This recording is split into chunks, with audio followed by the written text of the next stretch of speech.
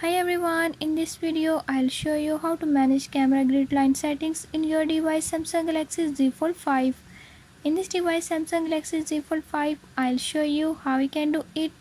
Before I start, if you are new to my channel, don't forget to subscribe and press bell icon. Watch complete video and learn how you can do it. Let's watch the video.